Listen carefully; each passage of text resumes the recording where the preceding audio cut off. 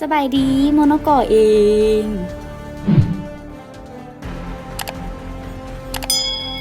มันนี่แบบบุมีอย่างหลายเนาะบังเอิญว่าเงินเหลือนะยอกเนาะกินต้มมีทุกมื้อก็แบบว่ามีกล่องใหม่มาเนาะเป็นแบบนักเตะบานุอีคุคินี่มีหมวกกระเป๋ารถอันนี้โบแมนแล้วเนาะก็จะมีแบบ2สีเนาะสีฟ้ากับสีแดงกระเป๋าแบบโอ้โหรถหน้าห้างเป็นแบบหญ้าสีเขียวหมวกกันน็อกเนาะโอ้ยสั่งเราใจเหลือเกินแบบนี้มันต้องจัดซะแล้วมาเดิมกันก่อนเลยเนาะ10 กล่องโอ้ยมาโอ้ยก็ถือว่าได้อยู่ได้กล่องเพิ่มอีกหน่อยนึงโอ้โหได้สีแดงเนาะแบบนี้ต้องลองสวมใส่โอ้โหมีความฮาร์ลีควีนว่ะคล้ายก็ถือว่าบ่เกือเนาะได้ตั้งแต่อันแรกเลยแต่อันที่มีนาอยากได้เท่ๆมันสุดนี่เลยเนาะสีส้มๆเนาะบ่ว้าวยาวจัดเลยณบัดนาวรถอีกคัน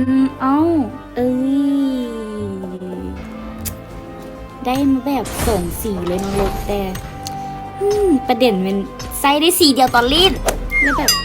เป็นสีแดงคือกันอีกคล้ายๆกันเลยเนาะก็โอเคอยู่เดี๋ยวขอเคลียร์ขี้เหงื่อก่อนน้อยนึงเนาะ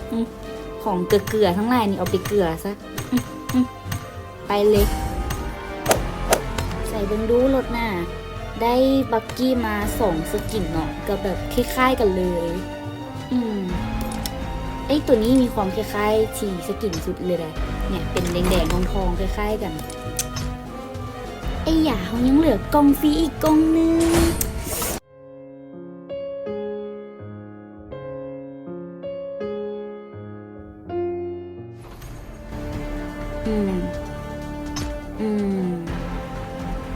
โอเค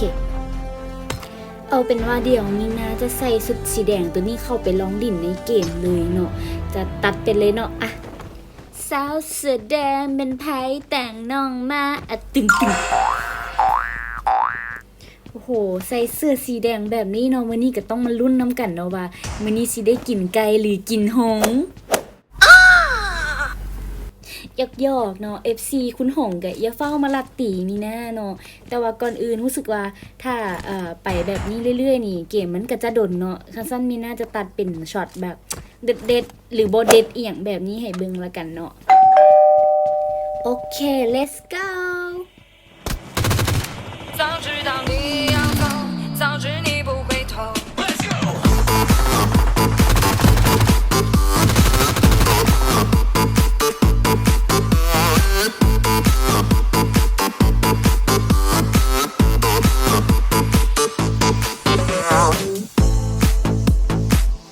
อะไรยืนนะนั่งไหนมันนั่งอยู่วะอะไรลงมาแล้วดิ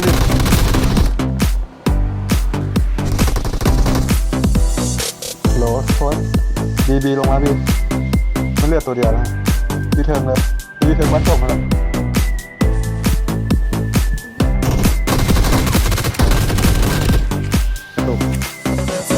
รถมา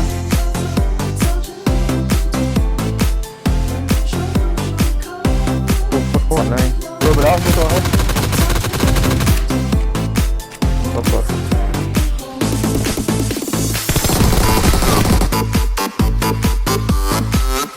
เจอแล้ว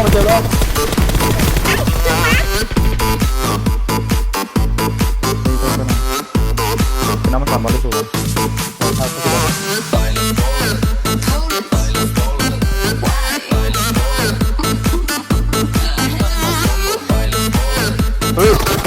จริงๆนะ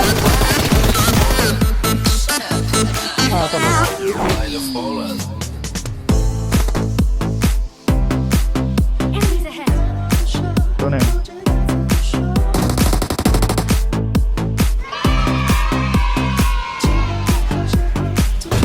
โง่ไงในคนยิงหมูกระโดดนี่ไงAW บริษัท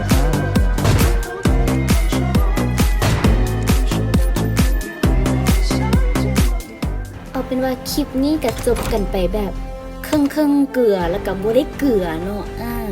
แต่ก็ได้กินไก่เนาะเอาเป็นว่าถ้าผู้ใดมาคลิปนี้ก็อย่าลืมกดไลค์กดแชร์แล้วก็กด Subscribe ให้มีหน้าเด้อส่วนตอนนี้3 2 1 see ya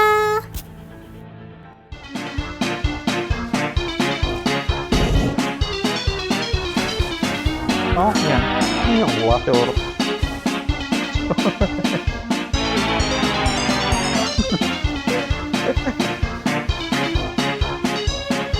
ทำ